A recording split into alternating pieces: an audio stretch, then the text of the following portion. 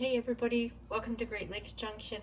It's Tammy and I am in the kitchen as usual, going to whip up some Italian bread. We're going to have pasta tonight for supper and the guys are always wanting bread with it.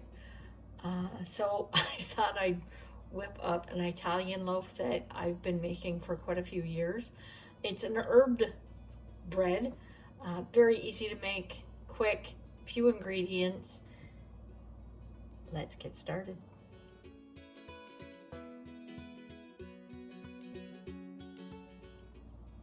I'm going to be doing this in my mixer. It's just easier for me. You can do this by hand if you want. It's just a lot of kneading.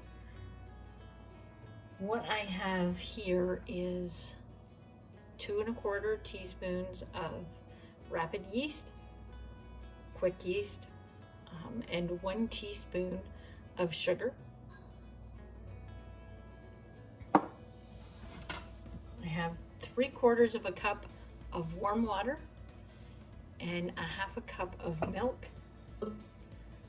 And I am going to mix this together and I'm going to let it sit for just a few minutes to get the yeast started and get it activated. Okay, you can see that it's starting to get foamy, so that's the yeast activating.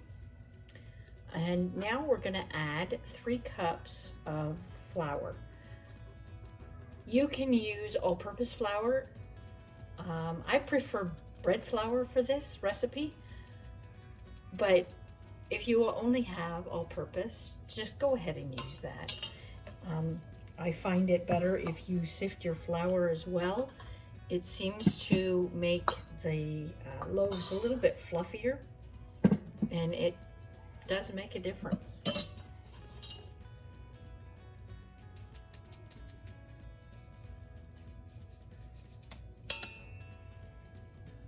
And that is it for that. We also need about 2 tablespoons of oil or butter. I just use olive oil.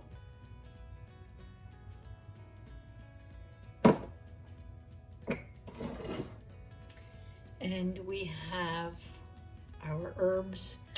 So what I have here is a teaspoon of salt, a teaspoon of oregano and basil both, a teaspoon of onion powder, and a teaspoon of garlic powder. Now, if you don't like any of those, just go ahead and omit them. You don't need any of this if you don't want to put it in, except the salt. I love the flavors that come out when I make this bread.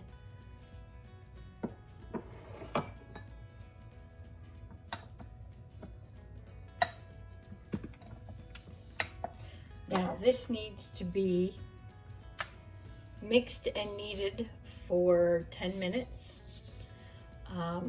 And check it, it should be a tacky dough, not sticky. So you want it wet but not sticking to you. So I'll mute you so you won't have to listen to the machine going.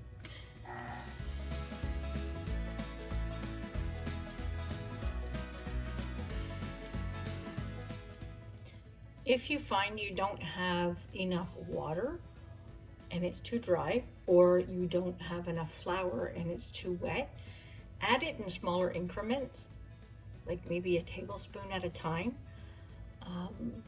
That way you can allow it to mix and you can make sure that you don't get it too wet or too dry when you're adding the little bits of whatever you may need.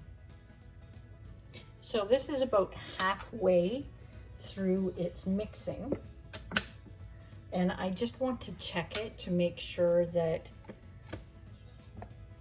it's the right hydration. It seems to be, it's a little bit sticky, but not bad. You don't want it right dry at this point because it's still going to keep mixing, and as it does, sometimes it tends to dry out. It also depends on how your weather is. or how the humidity in your house. Okay, that is just about 10 minutes.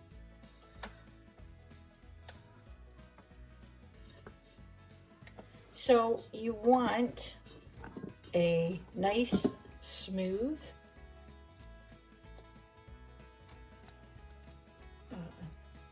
dough that's not sticky.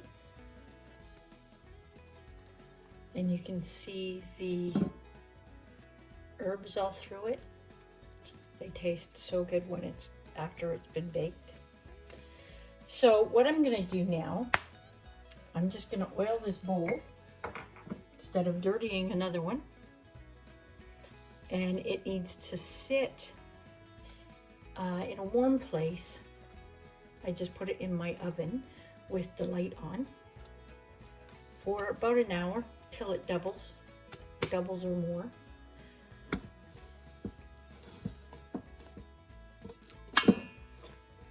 And then we'll be back.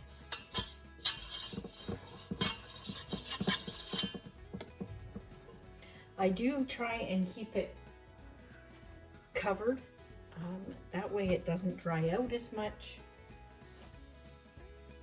You want to keep it as damp as you can, even if you want to dampen a towel and put over it, and then just put it in your oven.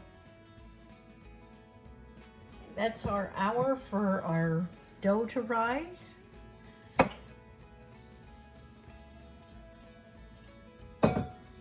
And it did double.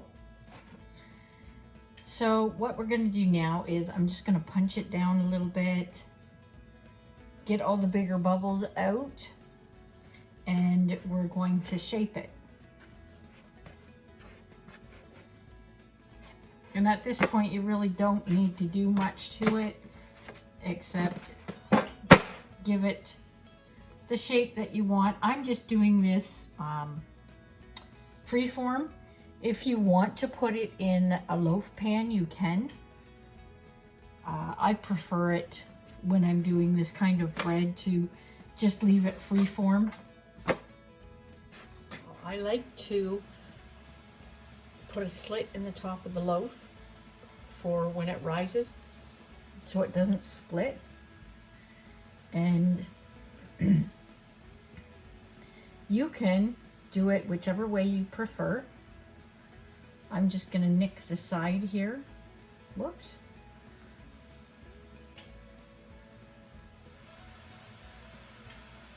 There. I'm just going to put those 3 little marks in there. You can do whatever way you want. We're going to put this back in the oven with just the light on, and we're going to leave it sit for another 30 minutes to let that rise up again, and then we'll bake it off. Okay, there's our 30-minute rise. So I'm going to warm up the oven to 425, and we're going to bake it for 10 minutes at 425. Then we're going to turn the oven down to 400 and bake it for another 20 to 30 minutes or until done. So there it is, all done, and it's cooling. It's been out for about 10-15 minutes. So what I do now is I don't really like a crispy crust. I don't mind it a little bit crispy, but not too much so. So what I do is I let it cool for about 30 minutes, and then I just grab a towel and just cover it up loosely, and it will actually somewhat steam a bit and soften up that crust, so it's not quite as hard. If you don't want to do that, you can also coat it with butter, and that will soften it up as well. So I let it cool for quite a few hours before I cut into it, so you don't get a gummy crumb when you cut into this, because it will do that if it's still hot inside. So let it cool down for a little bit before you try it. If you make this recipe, let me know in the comments below, and if you can, post a picture on Instagram or Facebook and show me your creation. So if you like this recipe, hit that thumbs up button for me. And if you're new here, hit that subscribe and the little bell icon so you'll be notified of our next video coming out. Thanks so much for watching. Stay safe.